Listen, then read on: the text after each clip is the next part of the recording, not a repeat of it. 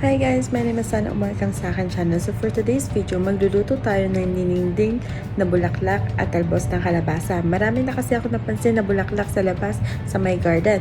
So hahaluin din natin to ng plating tilapia. So start na tayo magluto. Tara na!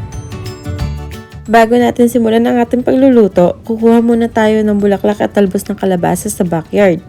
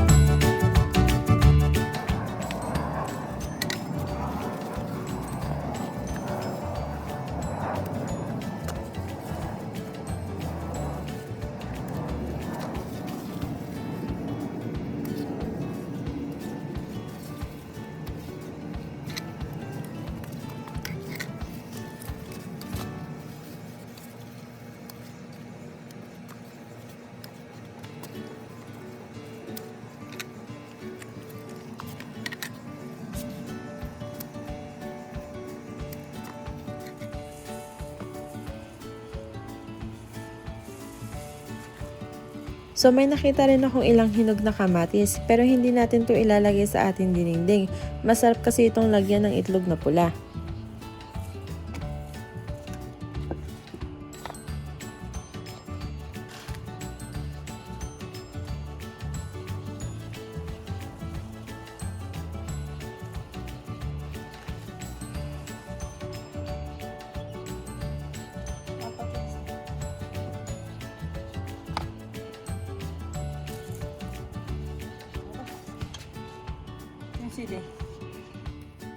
Okay guys, so ganito lang ginawa kong paghihimay ng talbos ng kalabasa. Iro-roll ko lang siya para matanggal yung mga balahibo niya.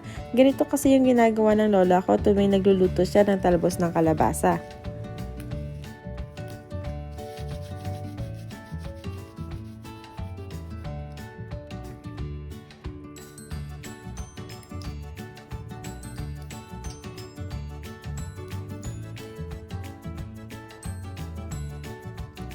Tapos ganito naman yung ginagawa ko sa tangkay niya, yung parang tinatanggal mo lang yung pinaka-skin niya.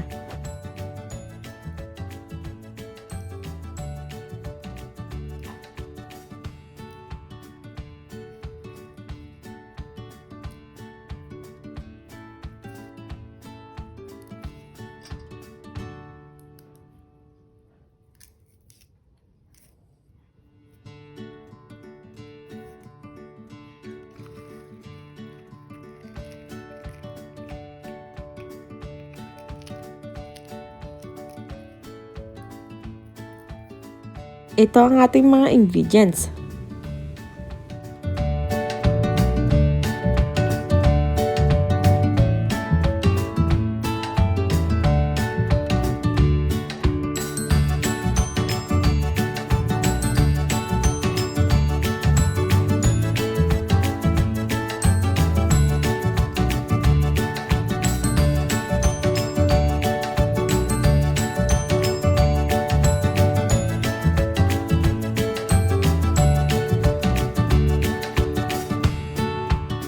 So, habang pinapainit natin yung mantika na gagamitin natin pang prito, lalagyan muna natin ng konting salt yung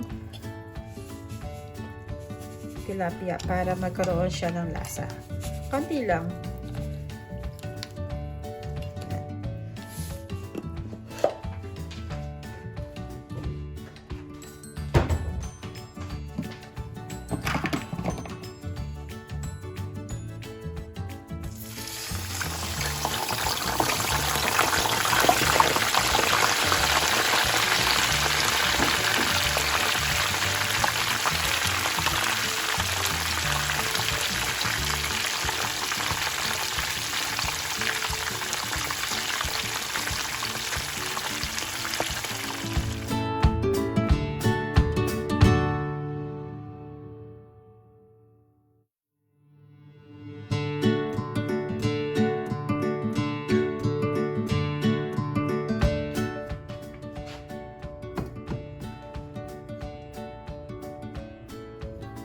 guys, sa pagluluto ng dinengdeng, magpapakulo muna tayo ng tubig na 2 cups of water. Pagkatapos, isasabay na rin natin yung sibuyas. So, pag kumulo na itong tubig na may sibuyas, isusunod natin yung ating mga gulay. So, madali lang magluto ng dinengdeng. Siguro mga 10 minutes lang, tapos na. So, mga kasi lang natin siya kumulo, tatakpan muna natin siya. Okay guys, kumukulo na yung ating tubig na may sibuyas. Isusunod na natin yung ating gulay. So, ito yung kinuha ko kanina sa backyard.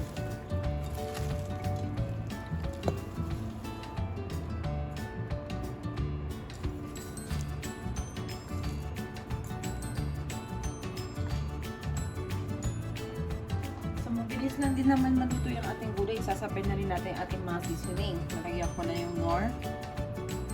Tapos tapansyahin ko lang yung paglalagay ng ating bagoong. Pag kulang pa yung alat, pwede pa natin lagyan.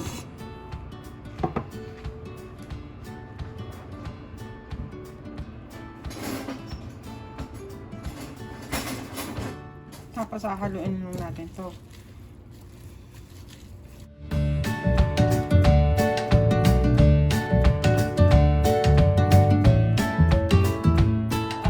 Pagkatapos natin ilagay yung ating mga seasoning, hintayin ulit natin siya kumulo. Siguro mga 1 to 2 minutes lang. Pagkatapos nun, ilalagay na natin yung ating prinitong tilapia. Tatakpan muna natin.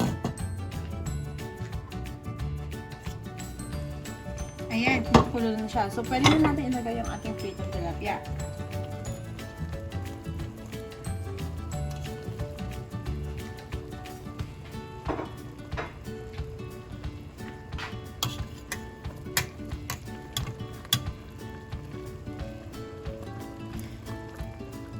So, dahil luto na yan, papatayin na natin yung apoy at hahayaan na lang muna natin ng mga siguro 3 minutes.